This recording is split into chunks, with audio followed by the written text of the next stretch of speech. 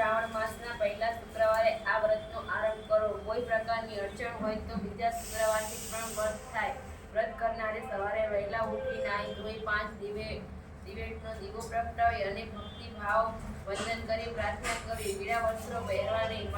પાટલા ઉપર દીવો મૂકી પત્ર પુષ્પ ચોખા કપૂરની જીવંતિકા દેવીનું પૂજન કરવું. અને આ વાર્તા સાંભળવી. ઘણા વર્ષ પહેલા સુશીલ નામે એક રાજા હતો. રાજા અને રાણીને કોઈ પણ વાતનું દુઃખ ન હતું, માત્ર તેમને સંતાનની ખોટ હતી. રાણી ચિંતામાં સુકાઈ જતી હતી. રાણીવાસમાં રાણી દાસી ઉદાસ થઈને બેઠી હતી. તેવામાં એક દાસી ત્યાં આવી ચડી. દાસીએ સોયાનું કામ કરતી એટલે તે ગામમાં કોઈના સુવાવડ આવે તો સૌ તેને બોલાવે. દાસીની રાણીના મનના ભાવ સમજી ગઈ. તે બોલી, રાણીજી, આટલી બધી ચિંતા શું કામ કરો છો? તમે આજ્ઞા આપો તો હું એક ઉપાય બતાવું. આવો શું ઉપાય કે જેથી મારું માઝિયા મેળું ટળે? રાણીએ પૂછ્યું. દાસીએ બારણા બંધ કર્યા અને રાણીના કાનમાં કહ્યું, જુઓ, ગામમાં એક બ્રાહ્મણીને 5મો મહિનો જાય છે. આજથી તમે સગર્ભા છો એવો ઢોંગ કરો, પછી આગળનું કામ હું સંભાળી લઈશ. દાસીની વાત રાણીને ગળે ઉતરી ગઈ અને પોતે ગર્ભવતી છે એવી વાત ફેલાવા માંડી. આ વાતને 4 મહિના વીતી ગયા. બ્રાહ્મણીએ દાસીને તેડાવી. મધરાતે પુત્રનો જન્મ થયો. દાસી બધાની વિદાય લઈ ચાલતી થઈ. થોડી વારમાં બધા કસા ઢોંઢવા લાગે. એવામાં દાસી પાછલા બારણેથી કોરાણીના ઓરડામાં બેઠી અને બાળકને ઉઠાવી રાણી પાસે લઈ આવી. બાળક રાણીને આપી. સવારમાં આખા રાજભવનમાં આનંદ થઈ ગયો. સૌ કહેવા લાગ્યા, રાણીને કુંવર જન્મ્યો. રાજા રાણીનું વાંછા મેળું ટળ્યું. કોરાણી જીવંતિકા દેવીનું વ્રત કરતી હતી એટલે દેવી તેને બાળકનું રક્ષણ કરવા રાજભવનમાં પણ આવ્યા. રાજકુમાર જીવતા હતા તો પણ તેઓ ઓછીને ઊભા રહેતા. આમને આમ વર્ષો વીતી ગયા. રાજકુમાર અભય મોટો થયો. થોડા વર્ષો પછી રાજા સુશીલ મૃત્યુ પામ્યા અને અભયકુમાર રાજગાદીએ બેઠા. તે ઘણો દયાળુ અને ધર્મનિષ્ઠ હતો. પ્રજાને પુત્ર સમાન પાળતો. એક દિવસ તે પોતાના પિતાનું શ્રાદ્ધ કરવા ગયાજી જવા નીકળ્યા. ચાલતા ચાલતા તે થાકીને લોથપોથ થઈ ગયો હતો. તેવામાં એક ગામ આવ્યું. અભયકુમાર ગામમાં એક વાણિયાને ઘેર ગયો અને કહ્યું, ભાઈ, મને આજની રાત રહેવા દેશો? ભલે ભાઈ, આનંદથી રહો. મારે ત્યાં તિથિ ક્યાંથી? વાણિયાને અભયકુમારને ઉતારો આપ્યો. વાણિયો પૂરો અભાગ્યો હતો. તેને ત્યાં તો સંતાનનો થાય તે માત્ર 6 દિવસ જીવીને 7મા દિવસે મરણ પામતા. વાણિયો બાપડો શું કરે? વિધિના લેખ કોઈ મિથ્યા થાય. વાણિયાને ત્યાં પુત્રનો જન્મ થયો. આજે 6થો દિવસ થાય છે. મનમાં રડતો હતો. પોતાનો ત્યાં અતિથિનો ઉતારો આપ્યો હતો, છતાં પોતાની ચિંતાના કારણે તેની સાથે વાત પણ કરી શકતો ન હતો. મધરાત થઈ ત્યાં તો વાણિયાને ત્યાં દેવી વિધાત્રી આવ્યા. વિધાત્રી બારણામાં પગ મૂકવા જાય છે ત્યાં તો દેવી જીવંતિકાએ આડું ત્રિશૂળ ધર્યું અને પૂછ્યું, દેવી વિધાત્રી, તમે અહીં ક્યાંથી? વાણિયાના દીકરાને આજે 6થો દિવસ છે. અતિથિ તેમના ભાગ્યલેખ લખવા આવી છું. બહેન, લેખમાં શું લખશો? એના ભાગ્યમાં છે એ જ લખવું ને? પણ લખીશ ને, છોકરો સવારમાં મરણ પામશે. ના વિધાત્રી, તમે એવું નહીં લખી શકો. હું તમારી મોટી બહેન છું. તમારે મારી વાત માનવી પડશે. જ્યાં મારો વાસ હોય, જે ઘરમાં મારા પગલાં પડ્યા હોય, તે ઘરમાં બાળકનું હું અમંગળ નહીં થવા દઉં. વિધાત્રી દેવીએ જીવંતિકા માની વાત માનવી પડી. છોકરાના ભાગ્યમાં દીર્ઘાયુષ્ય લખીને તેઓ ચાલતા થયા. સવાર થયું. વાણિયો પોતાના છોકરાને જીવતો જોયો. આશ્ચર્ય પામ્યો. તે ઘણો જ રાજી થઈ ગયો. આ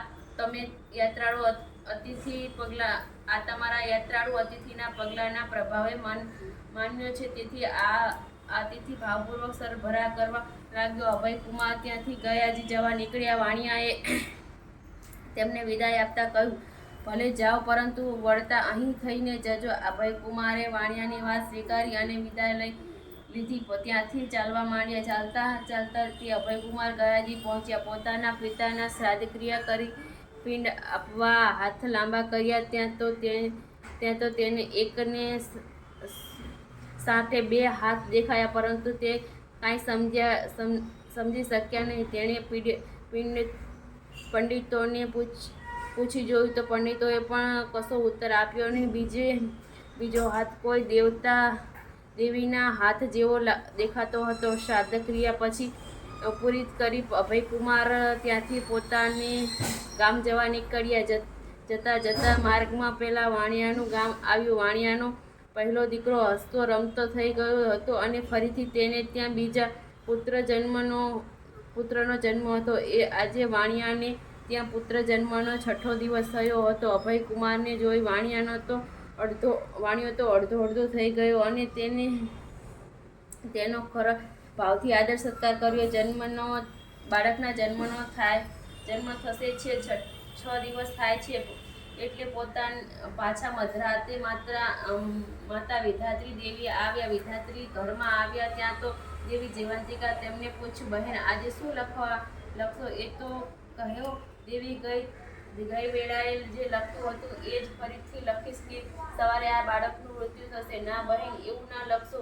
જ્યાં મારા પગલાં પડે ત્યાં અમંગળ ન થાય.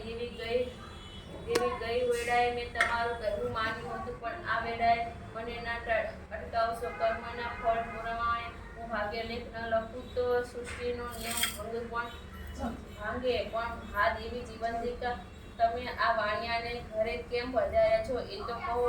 એટલામાં રાજકુમાર અભયની ઊંઘ ઉડી ગઈ અને તે ગુપચુપ પથારીમાં પડેલો દેવીઓનો વિલાપ સાંભળવા લાગ્યો. જીવંતિકા બોલી, દેવી વિધાત્રી, આ રાજકુમારની માતા વર્ષોથી શુક્રવારે મારું વ્રત કરે છે. પીળા વસ્ત્રો પહેરતી નથી, પીળા અલંકારો ધારણ કરતી નથી, ચોખાના પાણીને ઓળંગતી નથી. એટલે મારે આ રાજકુમારની રક્ષા કરવી પડે છે. એ જ્યાં જાય ત્યાં મારે પણ જવું પડે છે. પરંતુ આ વાણિયાને ત્યાં મારો વાસ હોય ત્યાં સુધી હું તેના બાળકનું અહિતની રીતે થવા દો. બહેન, તમે મારી આજ્ઞા પાળવી જ પડશે. વિધાત્રી જેવી આજ્ઞા કરી ભાગ્યલેખા લખવા બેઠા. લેખમાં લખ્યું, આ છોકરાનું દીર્ઘાયુષ્ય થાય અને તેને અનેક પ્રકારનું સુખ સંપત્તિ પ્રાપ્ત થશે. સવાર પડ્યું, વાણિયાનો છોકરો તો જીવતો રહ્યો. વાણિયાને થયું કે અવશ્ય આ કોઈ પુણ્યશાળી મહાપુરુષ છે. અભયકુમારે વાણિયાની વિદાય માંગી અને ત્યાંથી પોતાના ગામ જવા ચાલી નીકળ્યા. રાત્રે દેવી વિધાત્રી અને માતા જીવંતિકાનો જે સંવાદ થયો તે હજુ તેમના કાનમાં ગુંજતો હતો. ઘેર જઈને તેણે રાણીને પૂછ્યું, માં, તમે કોઈ વ્રત કરો છો? રાણીએ કહ્યું, ના બેટા, મેં કોઈ વ્રત કર્યું નથી. અભયકુમારને નવાઈ લાગી. તેને આખો ભેદ સમજાઈ ગયો. શ્રાવણ મહિનો આવ્યો. શ્રાવણ મહિનાનો શુક્રવાર. અભયકુમારે ઢંઢેરો પીટાવ્યો કે આજે રાજભવનમાં ઉજાણી છે, માટે સૌએ પીળા વસ્ત્ર પહેરીને જમવા આવું. સૌ જમવા આવ્યા પછી રાજાએ ગામમાં ફરી પૂછાવ્યું કે કોઈ આવવાનું રહી ગયું તો નથી ને? ત્યાં તો એક દાસી સમાચાર લાવે કે એક બ્રાહ્મણી જમવા આવવાનું ના કહે છે કે મારે જીવંતિકાનું વ્રત છે એટલે પીળા વસ્ત્ર પહેરીને નહીં આવી શકું. અભયકુમાર આખી વાત સમજી ગયા. તેમણે બ્રાહ્મણી માટે લાલ વસ્ત્રો મોકલ્યા. બ્રાહ્મણી લાલ વસ્ત્રો પહેરીને રાજભવનમાં આવી. માં દીકરો સામસામા મળ્યા ત્યાં તો બ્રાહ્મણીના ધાવણ ચડ્યું અને ધામની સેલો છૂટી. શેઠ રાજકુમારના મોઢામાં પડી. બધાને નવાઈ લાગી. બધા વિચાર કરવા લાગ્યા કે આ શું? અભયકુમારે પોતાની માને ઓળખી કાઢી અને કહ્યું કે હવે તમે આ રાજભવનમાં રહેશો. તમે મારી માં છો. બ્રાહ્મણીએ અભયકુમારને પૂછ્યું, બેટા, હું તારી માં છું એવું તને કોણે કહ્યું? અભયકુમાર માતાજીને કહેલી વાત કહી સંભળાવી અને ચમત્કાર હાથના દર્શનની પણ વાત કહી. ત્યારથી આખા ગામની સ્ત્રીઓએ પોતાના બાળકની રક્ષા માટે દેવી જીવંતિકાનું વ્રત આરંભ્યું. તો ગોરાણીને પૂછવા લાગ્યા કે ગોરાણી, આ જીવંતિકા વ્રત સી રીતે કરી એ કહો. ગોરાણી બોલ્યા, બહેનો, જ્યારે શ્રાવણ મહિનાનો શુક્રવાર આવે ત્યારે આ વ્રત લેવું. તે દિવસે પીળા વસ્ત્રો પહેરવાને, પીળા અલંકારો ધારણ કરવાને, પીળા માંડવા હેઠળ બેસવું નહીં, ચોખાનું પાણી ઓળંગવું નહીં, માતાજીના નામનો 5 દિવેટનો દીવો પ્રગટાવી પૂજા કરી બાળકોની રક્ષા માટે પ્રાર્થના કરવી. સાકરના કંસારનો નૈવેદ્ય ધરાવવો અને ધરાવેલા નૈવેદ્યનું એકટાણું જમવું.